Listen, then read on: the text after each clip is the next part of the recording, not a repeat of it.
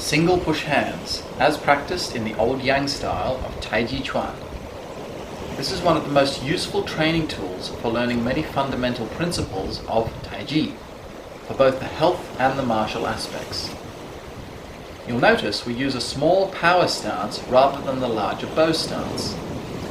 This causes our body to naturally learn how to receive and redirect force, as well as how to issue force, but without relying on a large stance to make it work, meaning that the principles you learn will carry over into your martial practice, as we are doing our push hands in a fighting stance rather than a large form type stance. We start off with set techniques to learn. Then we move on to a more free manner of pushing. The job of the attacker is to try to find the center of their opponent, while the receiver has to redirect that force and move their center around it. We learn to use yin or yang movements depending on what type of force is coming into us, so as not to ever have force on force. We use perfect structural alignment to deal with pressure while staying soft. At a later stage in one's training, the practice can become more vigorous, with the pushes turning into strikes. We learn attack-defense skills with striking as well as grappling and joint locks.